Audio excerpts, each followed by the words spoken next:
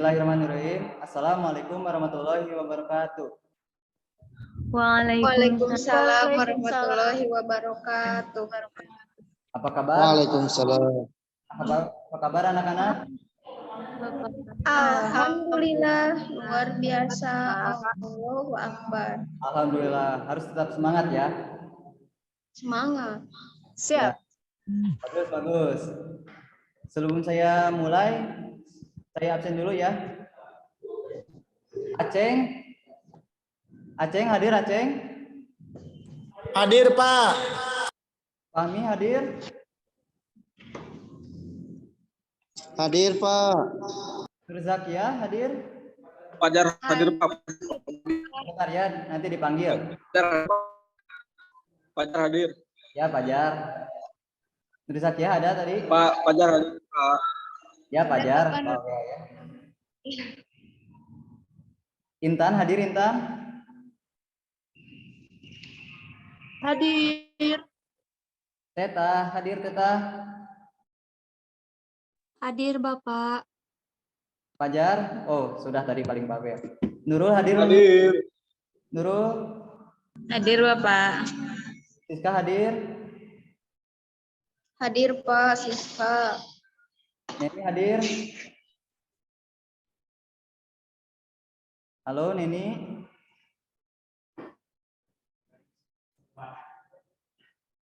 Belum masuk ya? Kalau Ilmi sering nggak masuk kemana? Ada yang tahu Ilmi kemana? Enggak tahu. Ada keperluan mungkin? Tahu, Pak. Kurang. Ya udah.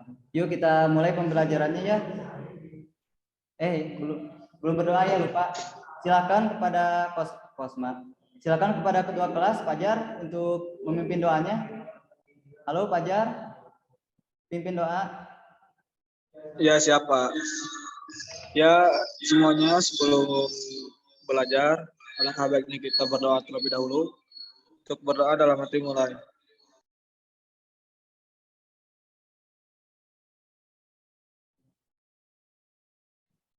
Nah, Bapak minta Sudah kalian selesai. berkonsentrasi ya, karena dalam pelajaran sejarah kali ini kalian perlu ketelitian. Nah, di pertemuan kali ini kita akan membahas materi tentang perkembangan dakwah Nabi Muhammad Sallallahu Alaihi Wasallam periode Mekah. Sebelum saya lanjut, kelihatan nggak ini PowerPoint-nya? Muncul tidak? Muncul, Bapak. Oke. Nah, ini gambaran-gambaran tentang materi yang akan kita bahas. Ada kebudayaan masyarakat Makkah sebelum Islam, substansi dan strategi dakwah Rasulullah Sallallahu Alaihi Wasallam periode Makkah, dan peristiwa-peristiwa penting dalam dakwah Rasulullah Sallallahu Alaihi Wasallam periode Makkah. Nah, kita bahas dulu ke submateri yang pertama, yaitu tentang kebudayaan masyarakat Makkah sebelum adanya Islam. Nah, seperti yang kita lihat di sini, kebudayaan masyarakat Makkah sebelum Islam itu terbagi ke dalam dua sisi ya, yaitu sisi positif dan sisi negatif. Kita bahas dulu sisi positifnya. Label jahiliyah yang diberikan kepada bangsa Arab pra-Islam bukan berarti tidak ada kebaikan sama sekali dalam kehidupan mereka. Bangsa Arab masih memiliki akhlak-akhlak mulia dan budaya positif yang menyejukkan dan menakjubkan. Di antara perkembangan kebudayaan masyarakat Arab pra-Islam yaitu yang pertama ada berdagang. Masyarakat Arab hidup dengan berdagang. Kehidupan sosial ekonominya sangat ditentukan oleh ditentukan oleh keahlian mereka dalam berdagang. Yang kedua yaitu menghormati tamu. Kalian tahu kan menghormati tamu itu gimana? Seperti menjamu yang kayak begitu? Coba saya ingin bertanya kepada siapa ya? Coba Nurul. Nurul kalau terdatangi tamu suka menjamu apa? Makanan-makanan seperti apa?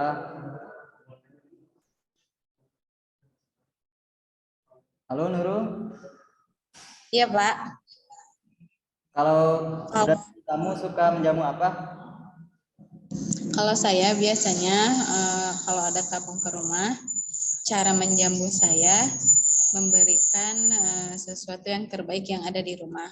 Misalkan kalau ada minuman, disediakan minuman. Kalau ada makanan, disediakan makanan. Itu yang saya lakukan bila ada tamu datang ke rumah, Pak. Oh iya, nah bagus seperti itu. Sikap Nurul terhadap tamu yang tadi itu tidak jauh beda seperti masyarakat Arab sebelum Islam itu ya. Pada saat itu, menghormati tamu adalah bagian dari menjunjung tinggi sikap dermawan yang mereka miliki.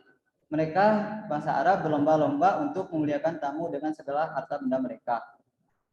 Bahkan pernah ada satu kisah, seorang laki-laki yang kedatangan tamu di rumahnya, sementara dia tidak memiliki apa-apa, selain unta yang menjadi tumpuan hidupnya. Ia rela menyembelih untanya hanya demi untuk menjamu tamunya. Dan selanjutnya itu menepati janji. Bagi orang Arab, janji adalah hutang yang harus mereka bayar. Melanggar janji adalah aib hidup bagi mereka. Dan yang selanjutnya yaitu bersyair. Kalian kan suka bersyair ya, seperti pantun-pantun. Nah, syair menjadi salah satu budaya tingkat tinggi yang berkembang pada masyarakat Arab sebelum adanya Islam. Syair-syair mereka diisi dengan pujian-pujian terhadap kedermawanan. Nah, selanjutnya kita lanjut ke sisi negatifnya. Sisi negatif dari kebudayaan masyarakat Arab pre-Islam yaitu suka berjudi. Orang yang tidak suka berjudi disebut orang yang kikir. Dan selanjutnya yaitu menyembah berhala. Jika mereka meminta pertolongan kepada berhala, mereka tidak segan-segan mengorbankan binatang ternak mereka dan mengoleskan darahnya ke tubuh berhala. Bahkan yang paling parahnya itu, terkadang mereka sampai berani mengorbankan anak-anak mereka sendiri demi mengharapkan keridhaan dari berhala. Selanjutnya yaitu minum khamr.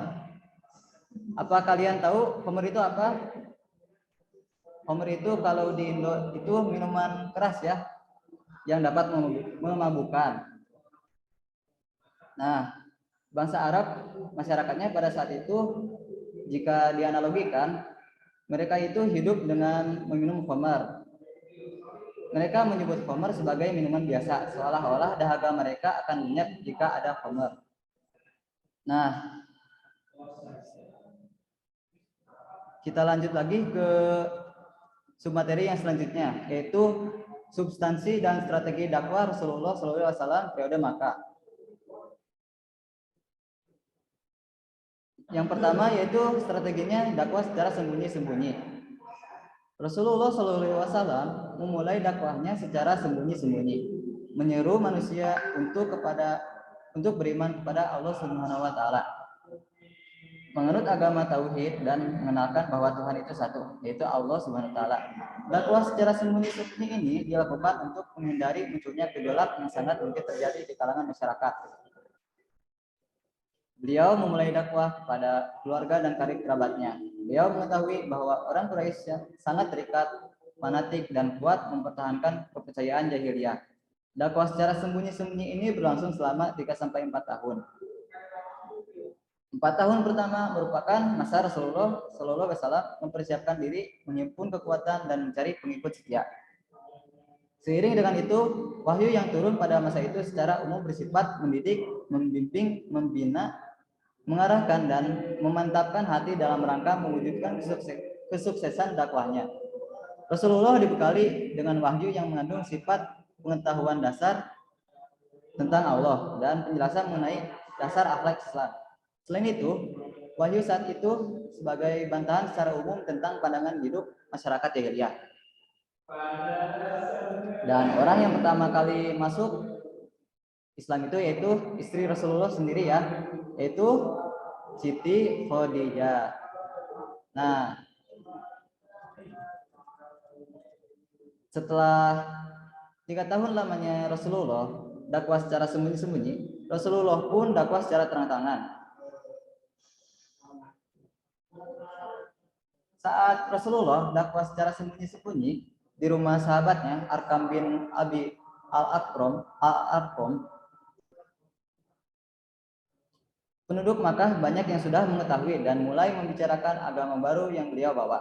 Mereka menganggap agama itu sangat bertentangan dengan agama nenek moyang mereka. Pada waktu itu, turunlah wahyu memerintahkan kepada beliau untuk melakukan dakwah secara terbuka dengan terang-terangan kepada seluruh masyarakat. Allah berfirman dalam surat Al-Hijr ayat 94. Nah, dengan turunnya ayat tersebut, Rasulullah pun mulai berdakwah secara terang-terangan. Dengan keberhasilan Rasulullah dalam berdakwah, mendorong kaum Quraisy melancarkan tindakan kekerasan terhadap beliau dan pengikutnya. Dengan meningkatnya kekejaman, pemimpin kafir kaum Quraisy, Hamzah bin Abdul Muthalib dan Umar bin Khattab, dua orang kuat Quraisy masuk Islam. Hal ini membuat kaum Quraisy mengalami kesulitan untuk menghentikan dakwah Rasulullah. Suatu ketika Rasulullah Shallallahu Alaihi Wasallam melakukan dakwah secara terbuka di Bukit Sofa dengan memanggil semua suku yang ada di sekitar Makkah. Untuk mengetahui apa yang disampaikan Rasulullah, semua suku mengirimkan utusannya. Nah, di sini paman Rasulullah sendiri yaitu Abu Lahab dan istrinya pun hadir. Lalu mendengar seruan Rasulullah, Abu Lahab mencaci maki seraya berkata kepada Rasulullah, "Hari ini kamu celaka. Apakah hanya untuk ini kamu mengumpulkan kami semua?" Selanjutnya Rasulullah SAW termenung sejenak memikirkan reaksi keras dari kaum yang menentang dakwahnya. Kemudian turun wahyu yang menerangkan bahwa yang celaka bukanlah beliau, tetapi Abu Lahab sendiri. Dan Allah Subhanahu wa taala berfirman dalam surat Al-Lahab ayat 1 sampai 5. Apakah di sini saya bicara sendiri atau ada yang menyimak? Halo? Ada, Pak. Nah, kalian tahu kan surat Al-Lahab? Tahu, Pak. Tahu, Pak. Kita baca bareng-bareng ya. Yo. Iya. 1, 2, 3. Bismillahirrahmanirrahim.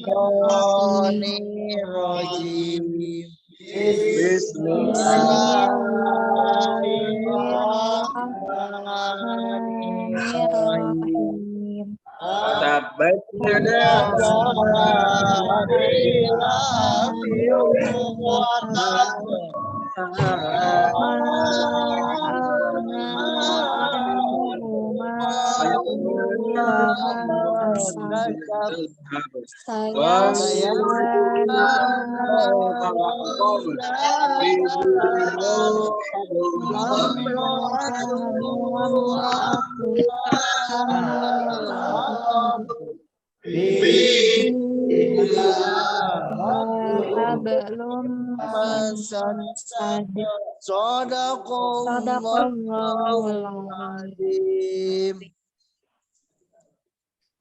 Susah sekali ya kalau baca bareng di via daring ini, beda kalau luring ya. Nah, di dalam surat Al-Ahzab tadi berisi tentang kutukan terhadap Abu Lahab.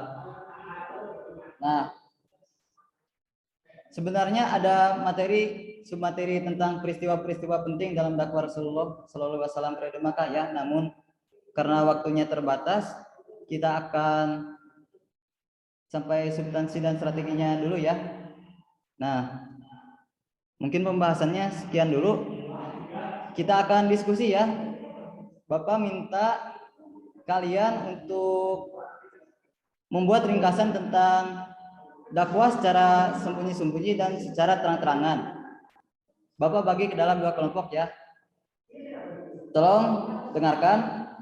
Kelompok pertama yaitu Aceng, Fahmi, Nurzakia, Intan, Teta. Nah, kelompok 1 ini membahas dakwah secara sembunyi-sembunyi. Nanti kalian sebutkan ya secara singkat dakwah secara sembunyi-sembunyi Rasulullah. Lalu untuk kelompok 2 yaitu Fajar, Nurul, Siska, dan Neni. Nah, untuk kelompok 2 yaitu nanti Bapak minta untuk menjelaskan secara singkat dakwah secara terang-terangan Rasulullah. Bapak kasih waktu 15 menit. Apakah cukup? Cukup? Cukup, Pak. Pak. Sangat silakan cukup. diskusi ya.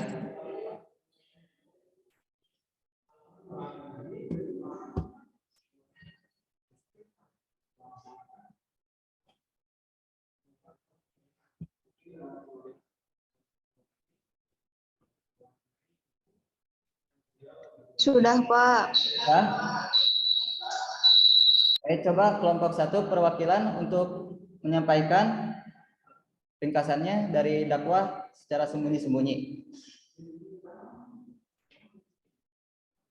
Perwakilan Boleh dari kelompok 2 dulu, Pak. kelompok 2 siapa? Perwakilannya Siska. Oh iya, silakan Siska. Bagaimana?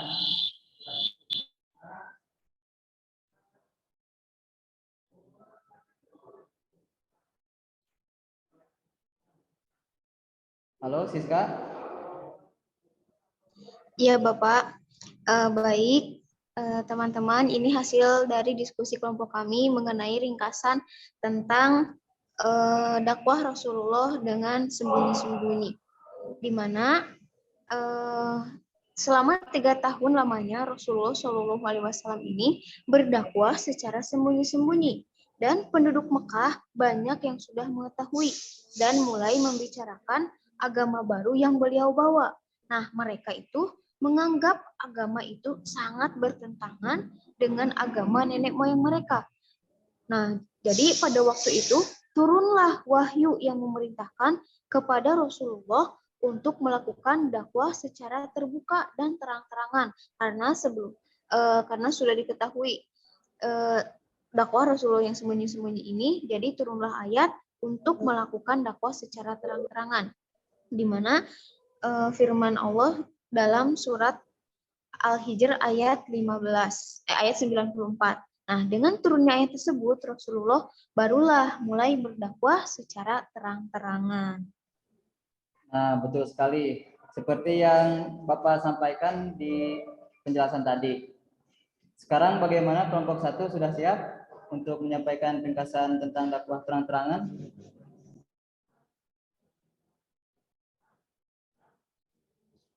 Aceh? Bapak mohon maaf. Zakia? Ya, Bapak. Siska salah menjelaskan. Gimana? Iya. Boleh diulang, Pak? Boleh?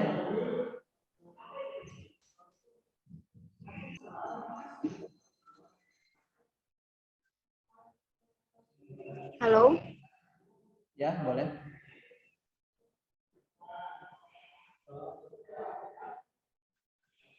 Halo? Bu Aisyah.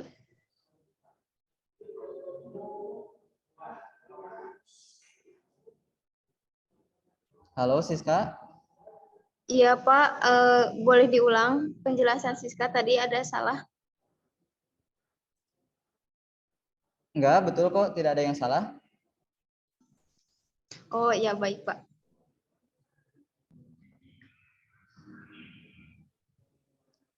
Kelompok 1, ya, gimana? Iya, Bapak. Mengenai dakwah secara terang-terangan ya, Bapak. Ya, betul.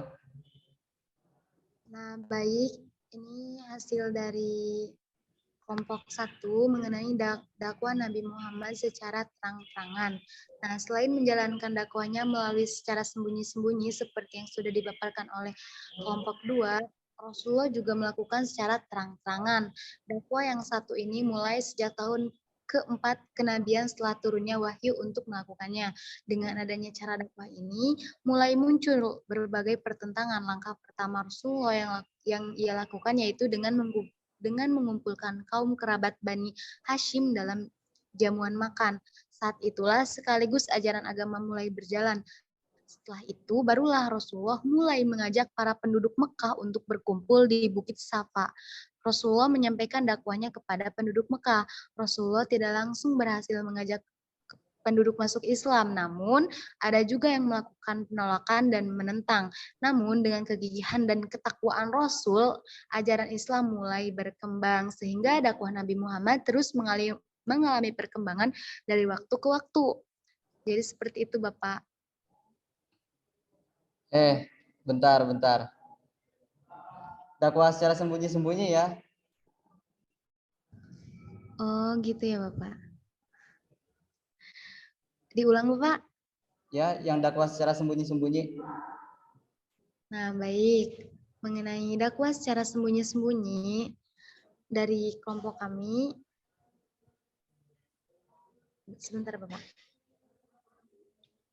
Yaitu Rasulullah melakukan usahanya dengan sembunyi-sembunyi untuk mengajarkan ajaran agama Islam. Beberapa tahun kemudian saat berada di kota Mekah, Nabi Muhammad terus berusaha menjalankan dakwahnya. Adapun tujuan yang bisa disampaikan dalam dakwahnya di kota Mekah, yakni mengajarkan pada masyarakat untuk meninggalkan kejahiliahannya, sehingga akan mengakui adanya agama Islam, mulai dari beberapa jenis, antara lain yaitu agama, moral, dan hukum, sehingga menjadi pilihan tepat pada siapapun yang tidak bertaat.